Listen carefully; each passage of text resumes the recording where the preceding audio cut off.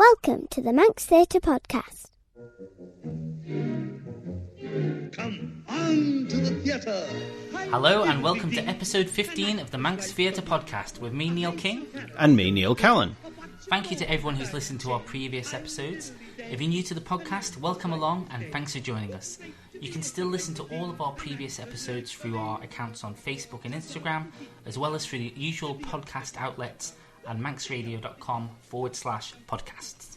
Coming up on this week's podcast, I speak to Perry O'D, actor, singer and dancer, who's now actually branching out into choreography for the DCU's production of Shrek next year. So we talked to him about his career starting out in the Isle of Man and now working professionally in the UK, in both touring companies and in the West End. Also, talking of DCU, they had their auditions the other weekend for Shrek, and they've released the cast list, and it's a fantastic looking cast list, isn't it? It's big and beautiful, isn't it? There's a lot of talented people on there. Yeah, so straight out of the bat, we've got Ian Dixon as Shrek, Jonathan Slight as Donkey, Dandy Dan Cox as Princess Fiona, and Lorcan O'Mahony as Lord Farquaad.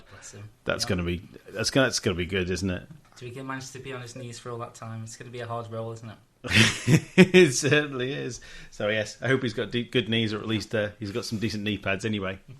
So talking to the DCU as well, next year is their 125th anniversary. So I know that they're planning lots and lots of events throughout the year, and they've already shared a few already. There's a big dinner coming up, and they've also got a makeup challenge as well. That looks really good, doesn't which it? looks like it's going to be fun. Yeah. So, but as each of those events come up and are advertised, we'll share them through our page. So if you want to get involved, then you just need to get in touch with the DCU, and But also, there's been a few changes actually since we last spoke, wasn't there? Centre Stage Productions have changed the way that they're going, obviously, with the ongoing problems with... Yeah, so every time we announce shows, they change around, don't they? They seem not to, Centre Stage, everyone, really. Yeah. Centre Stage have changed around the order of the shows they're doing. So next year, 2021, they're doing Annie, and then the year after, they're doing Kinky Boots. Right, okay. So initially it was going to be Kinky Boots first, wasn't it? But I'm assuming that... Yeah.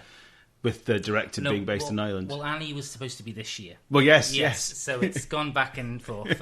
So it's now in the right order. Yes. But we just moved just a year later than originally advertised. Right, okay. So it's going to be fantastic. Yeah. One of my favourites, as you know. Annie. Yes. Yeah, love it. Yes. Are you going to be auditioning? I think I will, yes. Yeah, I think I can see you with a bald head as Daddy Warbucks. Well, it's going, so... Okay, right then. So... shall we move on and should we... Let's do it. Yeah, right then. Well, without any further ado, let's dim the house lights and lift the curtain on Act 1 and my interview with Perry O'D. You're listening to the Manx Theatre Podcast. I'm joined on the Manx Theatre Podcast today by Perry O'D, a Manx-born actor, singer, dancer, star of the West End and the UK theatre scene. So, Perry O'D, welcome to the Manx Theatre Podcast. Hey, thanks for having me, Neil, mate. No problem. So how we keeping, Perry? How are you getting on? How's lockdown been treating you? It's been all right, actually. I mean, it's a lot longer than I thought. I didn't think Mary and Pod would have to put up with me for as long as I've been, and I've basically eaten them out of house and home that they're not being used to. But it's been nice just actually stopping. Been forced to actually just, not have to be in the long tail race, as we call it on the Isle of Man. Can't say that word, but we were saying at the work I was doing in London, in the normal job, or muggle job, as they say, we were talking the week before as, don't you just sometimes wish that like life would pause and you can just chill and have that excuse not to do anything? And then it happened and we were like, maybe you shouldn't actually wish for what you want. And it was, but it's been really nice to like just be back home, see friends, see family. The weather's been great, have long walks, and I think obviously the Isle of Man's been so lucky that we've been in such a good situation that we've been able to open up, and we've had fantastic weather as well. Yeah, I mean, you couldn't have asked for better weather, could you, really? So yeah, I think slowly starting to open back up now in London, so we'll see what the situation holds in front of us, but yeah, I've enjoyed it, to be honest. What were you actually doing at the point of lockdown? Were you still in the show, or were you between jobs at that point? So I was between jobs. I just finished a workshop at the Old Vic for a new version of an old musical. I can't actually, it's so weird, I can't actually say what the old musical was, but it was with Bubel and Schomburg, so it was one of their old ones, so you can have a look through their vocab. But we were like sworn to secrecy, had to write, like, sign a waiver, the sheet music had to be given back at the end. But I did that, and then I was waiting to start on Joseph at the Palladium in July for the summer, but that's just been pulled back to next year, so that's on May next year. If it happens, if theatres are back up and running then, which they should do, hopefully. But I was working in 2 gyms at the time as well, just before Joseph started. So I was, doing a lot of hours, double shifts, back and forth, running across London to make ends meet in the big smoke. You've been quite fortunate that you've never really seemed to have been out of work for a long period of time.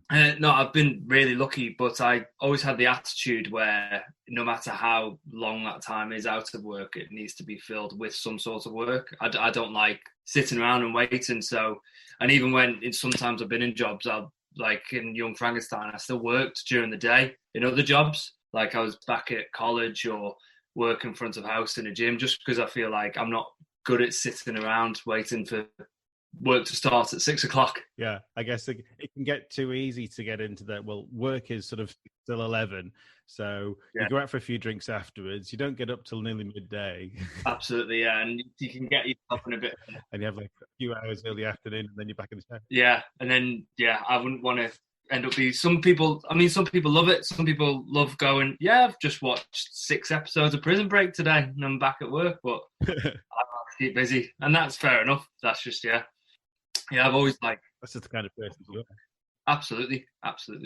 So musical theatre, then, it wasn't always on your horizon, was it? When you sort of first started out as a young man, it was all about ballroom dancing, wasn't it? Yeah, I mean, you were there for my first show, and I was back to the 80s, and I was just a ballroom dance lad, and I think Mary just saw that the Ops were advertising for some male dancers for the 80s, and we went down, and when the vocal score got pulled out, we were like, what is this? What is happening here? I mean, I think luckily it was 80s music, and I quite liked it. Yeah. That we stayed. But yeah, it was I was a ballroom dancer for years first, and musical theatre wasn't on the cards at all until I was about 13, 14. Yeah. One of the biggest, the funniest memories I have of back to the 80s is when you sat there with the book and you're looking at all the words for all the songs, and there's so many people in the room going, well, that's what the words are. That's really not what I've been thinking for the last 20 years. Yeah, absolutely. Yeah, I'll have to dig out that photo. There's a photo rattling around somewhere of us all on stage, and you do look about 12. You're just a boy with that long greasy hair, and looking like a mess. Far too much gel. So then, once you joined, then for Back to the 80s, was that the bug? Then was that when the bug bit? Absolutely, yeah. I mean, it was just so much fun. I mean, it was that age, I think, where as well, when you're a teenager on the Isle of Man, you can get either sucked into a hobby, or you can get sucked into just chilling around the streets of Douglas and Onken, playing with mates, and especially on them cold winter nights, then there's not a lot to do. And I was like, I'd rather be down the Ops doing that and having a laugh. I mean, the camaraderie and how everyone is, and the feeling around the Ops, the rehearsals, it was great. It was so much fun. It was like exciting every time to go down to do rehearsals, and I'd never experienced anything like it. And I think, you either, I think, love it straight away or it's not for you. And I think luckily I loved it straight away down there. And I think you got your sort of first lead role only a couple of years later, didn't you? Yeah, I was really lucky. I did the understudy bit thing for when the 80s. We did it again, didn't we? Yeah. And Artie couldn't do a date, so Callie did Artie's role, and then I did David's role. So I had that like understudy experience from them, which was like, you just don't get that with any other Amdram society in England, or I mean, you don't get a lot of what you can get on the Isle of Man Amdram wise. Talking to friends at drama school, but and then I was lucky. I did Disco Inferno, and I was I think his name was Tommy in that, and Carly was the lead, and Yeah, that was another great experience. A wonderful wig, that one as Yeah, I've had some embarrassing wigs on my head. Yeah. well. So then moving on from that, then what was it that finally made you then make that move to drama school? It was the Guys and Dolls that happened on the island for Dick Ray, the summer season. So me and Sam did it, and we were 16 and 15. I think you were meant to be like 16 and over, but I think Owen Smith watched back to the 80s and liked us both, so said get them in. And it was that thing of going like doing 6 weeks of a full show period of time. I was like, this is ace. Like, didn't get paid a penny, but the experience was amazing with the English lot and doing Owen Smith's choreography, and it was just a brilliant experience. And Owen said to my mum, listen, if he likes it, get him to England, because he's going to end up getting a girlfriend, staying with her, and then stay on the island. And she was like, oh, all right, okay. Had a thought about it. And then I did an Easter school. I think Mum was being very sensible and said, right, okay, well, if you enjoy it, go to England and do an Easter school and see what it's about. And I went to Artsed Easter school and loved it again. And yeah, I was just had my mind set on it then from after that Easter school to go, this is what I want to do. This is definitely for me. So did you stay on and do A-levels, or did you go straight off to drama school then at 16? Yeah, I went 16 to Artsed sixth form. So I did 2 A-levels there and like a diploma there. So for 2 years, it was basically like a BTEC or a foundation course to get yourself set up for degree courses. So I did that for 2 years before doing Artsed degree. So yeah, 16 I went. Right. So coming out of Artsed, then what was the first professional role that you got? I left Artsed to do Chemright's Evita tour. Right. So that was in 2013 now. So Gosh. A few years ago, getting old. Yeah. So I left Artsed to do the UK tour of Chemright Evita, and loved it. Made some great friends. Like, that's when you really learn about your craft and the business and how to be. Yes, learned so much in that job in them 6 months. And that's when you get to learn your craft. Oh, and yeah. How to pace yourself over 8 shows a week. Like, just how to behave as a professional, how to keep yourself from getting ill so you don't have going off, and so much how to conduct yourself around people that you might not click with, but you're there like you're with them all the time on tour. So you need to know how to like get on with everyone. It was really good experience, really, really good. So over the years, then you've managed to get through quite a few big name shows as well, hasn't it? Yeah, I've been lucky. I think half of the thing is that I'm just easygoing. Been lucky that I've worked for a few production companies in more than one show, and I genuinely think they just think, Perry will just do it. Yeah. There's no fuss. There's no like drama. I come in, do my job, go home. I've been off, I think, 2-3 times in 7 years, because I think it's that Manx thing that we've had with shows. Like, wow. You just do it. You love it. You do it. I remember in the op shows, people would be like, dying with like cold, flu, sore throats, things. Taking everything, getting through it, pushing through it, and going, I've only got X, Y, and Z to do for this show, and I can get through it and go. Sarah Holland talked about when her appendix blew up on stage, and she like that attitude and that mentality, I think, stays with you all your life. So yeah, I've known people at the Gaiety that have been stood in the wings with next to no voice, and somehow have managed to go on stage and just give the most amazing performance, and come back off and practically collapsed. Absolutely, and that happens. I don't think that happens a lot in other places. There must be something in our water, Neil. But I think we are very like driven people, the Manx. I think because we feel like we've got a point to prove as well, because we're a little island, that we're just as good. So I've always had that like mentality of, I'm not going off for any reason. I'm not lighthearted with that. And I think that just stays with companies. I think you go into an audition and for a production company that you've worked for, and they go, right, well, he's about to go up to Newcastle to do a show for us, and he's down here, honest, by actually coming to the audition. We talked to the company manager. He's not been off at all. Comes in, does his job. I think that's half of the battle. So yeah, I think that's half of it for me. I've been lucky with that, just being laid back. Yeah. I'd tell you, a lot of people are great singer, dancer, and actors, but a lot of people aren't as laid back and just get on with the job. And the fact that you're a great dancer and singer and actor as well probably helps as well. Absolutely. That's so true. Well, you know what they say? They say hard work beats talent when talent fails to work. You're listening to the Manx Theatre Podcast with Neil King and Neil Callin. So, obviously then fitness is a big thing for you, then obviously keeping yourself fit for the shows, and that's another of your passions, isn't it, with your on-set fitness company? Yeah, and do you know what I've said? I was talking to George Wilds about this the other day, that if I didn't do theatre, I don't think I would be into fitness. It's just that the two have seemed to correlate and work together so well. Because I remember being at Arts Ed, they went, "You're going to get employed because of how good you are. Boys will get jobs if they look like men. Girls will get jobs if they look great." And coming out of my first job, I remember people would be like, "Oh, such and such has just booked this gig," or "Such and such has just got this job." And they'd be like, "Well, they're not that good, so how have they got that?" "Oh, but have you seen them? They look great." And you go, well, if you can do all three and then look the way that they want to see you in that role, then that's so easy. Like, I'd rather be in the shape that they want than be like not really in great shape. And they always go, "Oh, he's great, but he doesn't look quite right." I think it's a subconscious thing as well, that if you look great or you look well and you look fit and healthy, that you look like you could do 8 shows a week. You look disciplined. You look like you're not going to go out on the and not turn up the next day hungover and stuff like that. So yeah, and I think the more my fitness has got involved in my life, the better I've got with auditions, like getting through rounds, getting to finals, booking jobs. But I've definitely, it's only been a byproduct because of theatre. If I didn't do theatre, I don't think I'd have done fitness, really. It's just another thing you've got to do. Yeah, and part of that as well is that whilst you've been home, you've set up a Fit Steps London class.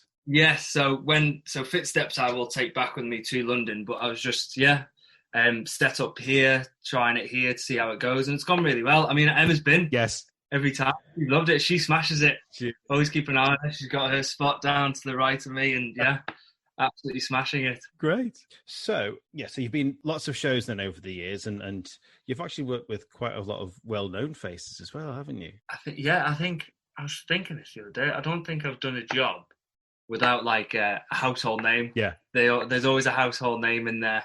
And you know what? Every single one of them is a genuine person. I've never dealt with a diva, which is very lucky. Every single one of them have been an absolute gem. Because you had Ross Noble in Young Frankenstein, wasn't it? Yeah, Ross was great. Ross is one of the nicest people I've ever met. So generous and has a time for everyone.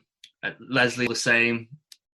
Barmy, mad as a box of frogs, but a genuine person as well, as loves the business, loves doing what she does. They're all great, and they all sometimes come out with stories and you go, you actually forget what like life experience or things that have happened in their life, and you go, oh wow, you're actually like big time sometimes, and you go, and you're just stood in the wings with me and I'm just like some random Manx boy here.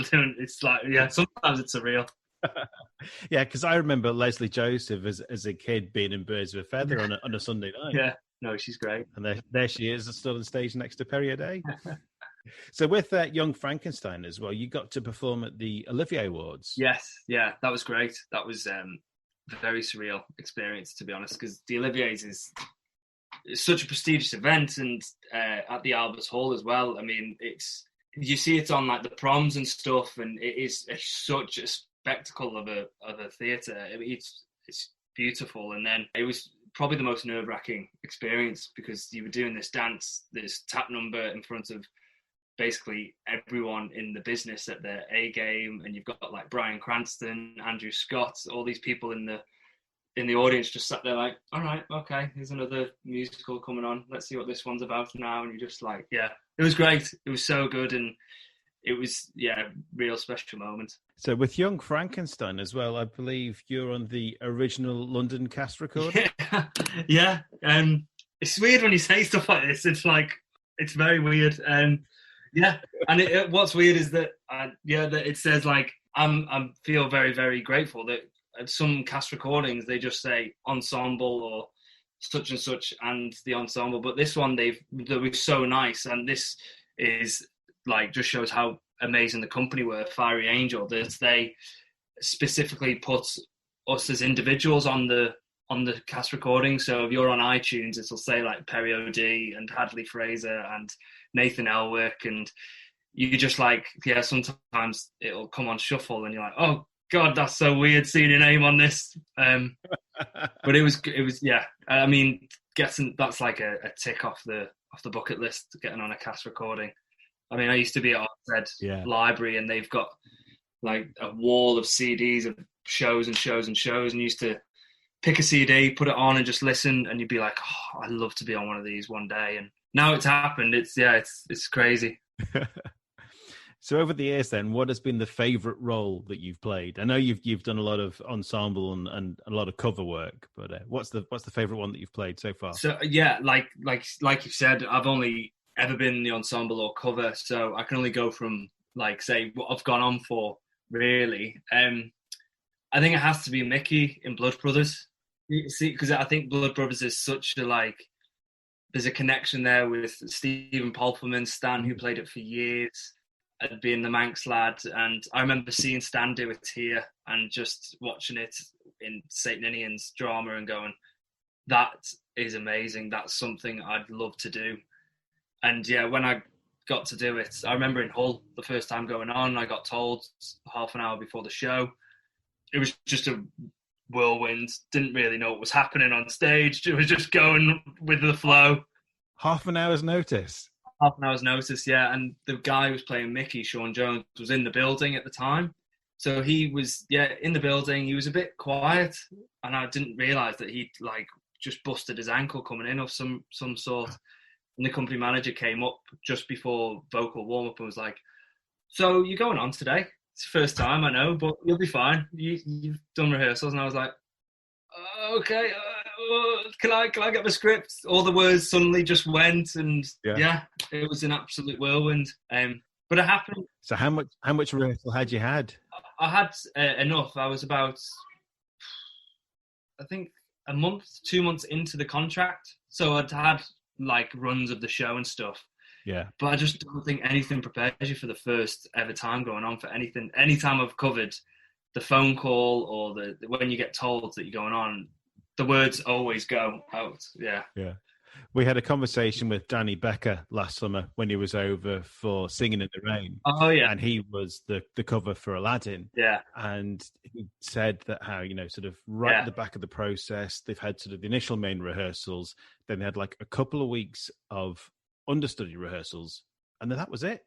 And he wasn't on for 6 months as Aladdin, and just had to spend his entire time when he wasn't on stage just watching and remembering and just keeping himself fresh with it. But half an hour's notice, though. Ooh, crikey. Yeah. I just suppose, though, if you can go out and do it with half an hour's notice, I suppose you can do it anytime, really, can't you? It was, an experience. And I think that's probably the best time as well. I think if I was told in the morning and then had about 8 hours to fester over it, I'd have been a mess probably by warm-up. Yeah, you'd have a chance to overthink it, wouldn't you? Yeah, I think it was just like, there's no time to think, you just had to. So I was like, all right, okay, this is happening. That's why I'm here. That's why I'm employed right now if this happens, let's go. Let's just go and do it. Yeah. Brilliant. Right. The next question I've got is about what would be your dream role. Now, I think we can add to this a little bit as well, is that it could be any role. Take out age, ethnicity, body type, ultimate role that you would want to play. So usually when I've been asked this question, it's always been like on the spot, and I always go, I have no idea. But because you sent me this question, I really thought, and I think mine personally is Billy Bigelow. If I could say the name, that would be a good start for the dream role. In Carousel, Billy and Carousel. I just think Carousel's an incredible score. The songs are amazing, and I think the story and the journey of what Billy goes through is just, it was revolutionary. The fact that your protagonist dies at the end of Act 1, and then his journey really actually starts in Act 2 and I just think it's the most beautiful score. I think it just holds, I don't know why, but this real like closest to my heart. So I think Billy Bigelow in Carousel is the one. If I could ever do it, it would be that show.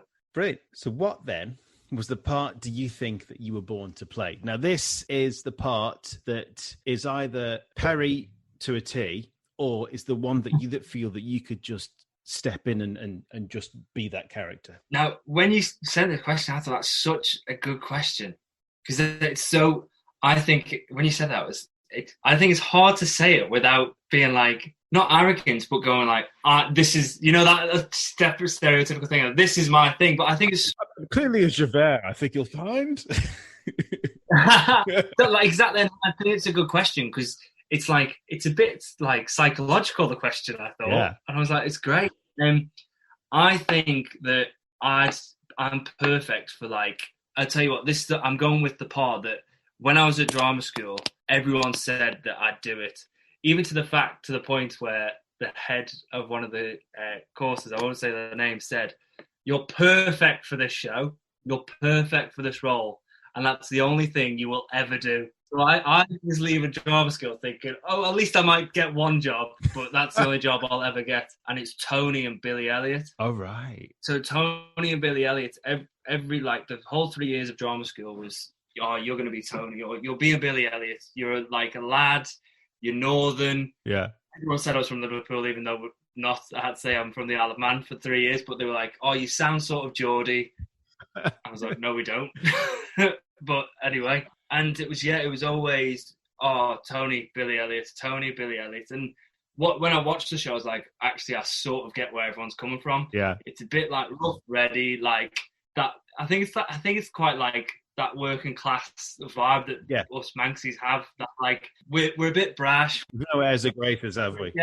Yeah, and we're a bit hard. Not we're hard, but there's something about where you come from and your environment, and it's quite the same as the environment of the Durham mines. Of that, the weather's bad all the time. It's grey. It's windy. It's a beautiful sunny summer's day. Yeah. So I think that's it. The part that I was born to play is Tony and Billy Elliot. Great.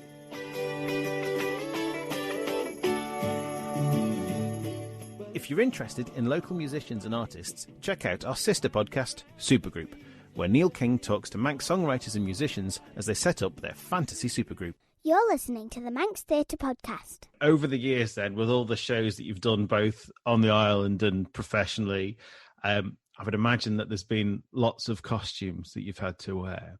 What would you say has been the best and or the worst costume that you've had to wear? I think the worst has to be the Indian in the panto in Peter Pan. Dressed as a flamboyant red Indian back in the day, with my face painted in pride colours or bows and stuff. That was fun sometimes. And just had to take that stick from Artie. Is that worse than the loincloth from Phantom of the Opera? Oh yeah, the loincloth. That was a nightmare. That was, yeah. I don't know what the shoes were. Yeah, that loincloth as well. I'm sure the ladies backstage had fun. There's been some bad costumes. I think there's been more bad costumes than good costumes. I get a lot of costumes and go, wow, this is bloody awful. Why am I doing this? So yeah, that's bad. What else has been bad? That obviously we talked about the wig in Disco Inferno. That was a look. Yeah. With them baby blue trousers that went up to me nipples. It was the 70s, Perry. Yeah, very true. Very true. Another bad costume, old bamboo costume as the Frassels and maypole dancing outfit. Every time I put that on, I thought, what am I doing with my life? I'm a fully grown man, the maypole dancer. What's happening here? And then the best costume, I think it was Oklahoma, dressed like a cowboy. I did used to feel cool dressed like a cowboy because we had proper gun satchels and the proper trousers, and I don't know, it was pretty cool being cowboys and Indians, but you were getting paid to do it. That was pretty cool. I think that's the best costume. There's been some good costumes that I've seen in some of the photos from, I think it was Young Frankenstein. You had sort of a real military one. And yeah. How about Motown? There must be some good ones in Motown as well, is there? Motown was good. Motown was mainly suits for me. Yeah. Yeah, I had some nice suits. and tuxes. So Motown was good. The fact that I was only scenes for me, only acting scene work, so I could just wear a nice suit and just Enjoy it. chill, enjoy it. Yeah, Great. Well, now the next question then. This is the one that tends to cause the most trouble for certainly for the guys when the guys are going through it. But this is our gender swap question. So, which role would you most like to play of the opposite gender? So I thought about this one the most, and it would be the Spider Woman in Kiss of the Spider Woman. Oh, right. Now that's not a show that I've seen, so She's badass. Yeah. She just comes on and does what she wants, sings great numbers, messes it with everyone's head on stage, and then goes back off. Doesn't have to deal with anyone. She comes on, does her thing, steals the moment, and walks back off every now and again on stage. It's a great part for a woman. It's a great question. I was thinking and and you go, oh, actually, sometimes I was like, what role would you be? And is it misogynist that I've never thought about this before? All this, yeah. Yeah, we have this kind of conversation with a lot of guys that, everyone that I know, they go to a show and they go to watch it, but they also go to pick up the songs that they can sing. And they think, that's a good song for me. That's a good song for me. And because of that, they never really tend to sort of pay too much attention to the female character. So then when they actually go back and say, well, what about that one? They go, oh, actually, I never really thought about that. Sally Bowles as well, I think she's a great part for a woman. But I think, it's got to be the Spider Woman from Kiss the Spider Woman. I mean, the fact that she's just called the Spider Woman, she's badass. Well, at least didn't go cliche and go straight for Elphaba like everyone else. No, I'll try and think a bit different outside the box for once. Okay. One other question that I like to ask, certainly our younger people that come onto the podcast, and I'm keeping you firmly in that category for now, Perry. Anyway, Justin is the young one, a little 13-year-old. Is what new show have you got sort of hammering around your phone, iPod, MP3 player, whatever? What new music are you listening to? So I've listened to The Prom. That's great. Real fun one. The Prom's great. I've got a massive admission here. I still haven't listened to the whole of Hamilton yet. Still. Oh. I don't know why. I put it on, listen, and then I'll do stuff. I need to sit down, but I've not listened to it fully in its. It must be 3 or 4 songs I've not listened to. But people can reel it off word for word. I listened to it a few times. I'm just not. I never really kind of I can appreciate that it's good, but I just couldn't quite get into it. And then a few weeks ago, I watched it on Disney Plus, and just wow, it's just a whole different kettle of fish now. And then go back and listen to music again now, knowing it in context, it's just amazing. Yeah. I mean, I loved In the Heights when that first, because that was Lin-Manuel's first one, and that I think it was either Avenue Q or In the Heights beat Wicked for the Tony for Best Musical. But I loved In the Heights when I first listened to that. I thought it was just genius, and the Hispanic sound and the rapping. I was like, this is so cool. And then, and that's due out as a film next year, isn't it? Yeah. And I think because of that, I've always been in the Heights camp, and I've always been a bit maybe I don't want to listen to Hamilton because then I'll like it more than his first one. And I do need to listen to it. But The Prom's been great to listen to, and that's about it really for now. Right. Okay, right. As we mentioned earlier, and we covered it also on our last podcast, we've recently set up a Spotify playlist. And this is going to be our sort of ultimate musical theatre playlist. Neil and I have put forward 10 tracks of our own. These are songs that are songs from shows that we've been in and we've sung, or the songs that have had an impact on us in some kind of way, whether we've seen the show or we've just listened to the music.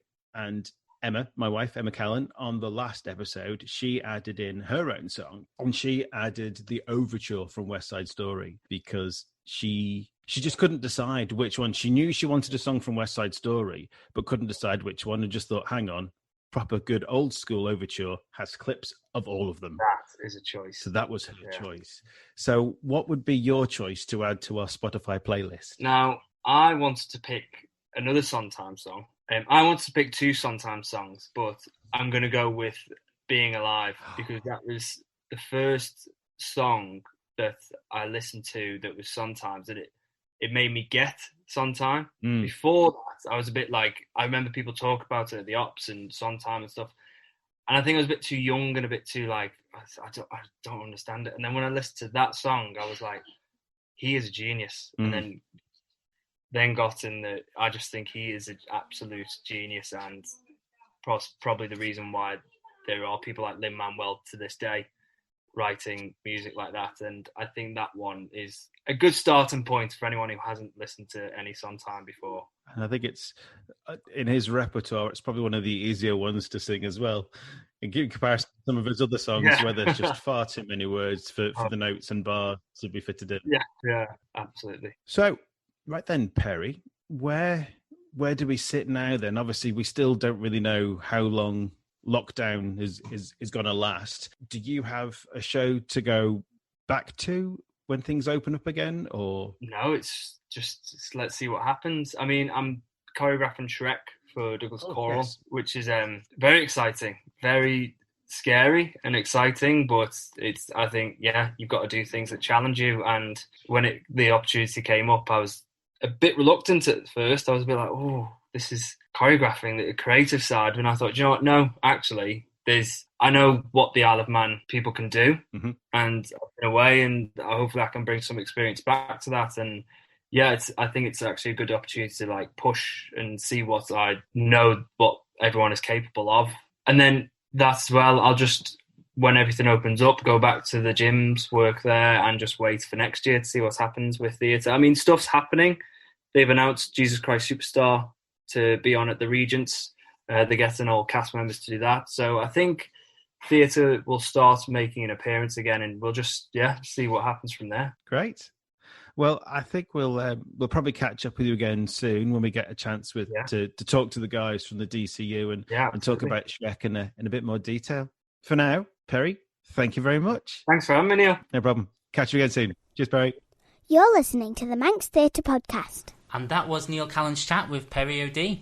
Fantastic, great chat. It was a great chat. I mean, I've known Perry for quite a few years now, but to listen to some of the stories that he's talking about, and how he hasn't done a show without a household name in it, and that's amazing. You know, there's always been someone pretty high profile in there as well. And also, I was amazed that when he said that he's only had like 2 days off in 7 years, there's only 2 shows he's never made it on stage for. I mean, that's testament to the good sort of working ethic of a good Manx boy. Yeah, I tell you. He's doing well though, isn't he? He certainly is. Great stuff. Right, so as we sit and record this evening, tonight is the second night of Calendar Girls at the Gaiety. Yeah. The reports I've heard today, it's been a great show. I've just got one from The Interval saying it's fantastic. So excellent. Yeah. Okay. It's going great. And we've also noticed as well that this weekend, the service players are having some more open auditions for their production of Wind in the Willows, which will be on in November. So have a look at Facebook, pick up the service players page, and if you're interested, then get in touch and go along and have a read. Fantastic. Wind in the Willows was a classic as a kid. Do you remember? You used to watch the programme? Oh, yes. That little animation. Yeah, so that should be fun. Always remember Toad with a poo-poo. Yes. Right. Well, do you know, I think that's us now, That's isn't it? us for now, yeah. That's Good us for this episode. So, with that then, that brings episode 15 to a close. Remember to like and follow our Facebook and Instagram pages to get notifications of upcoming episodes and events. If you have any events that you'd like us to talk about or promote on a future episode, then you can contact us through our social media accounts or by email to manxtheatrepodcast@gmail.com. All that remains is for us to say thank you for listening, and we hope you join us again next time on the Manx Theatre Podcast. I've been Neil Callin. And I've been Neil King. Goodbye. Bye. The Manx Theatre Podcast, taking a look behind the scenes of Manx Theatre. An actress alive for me.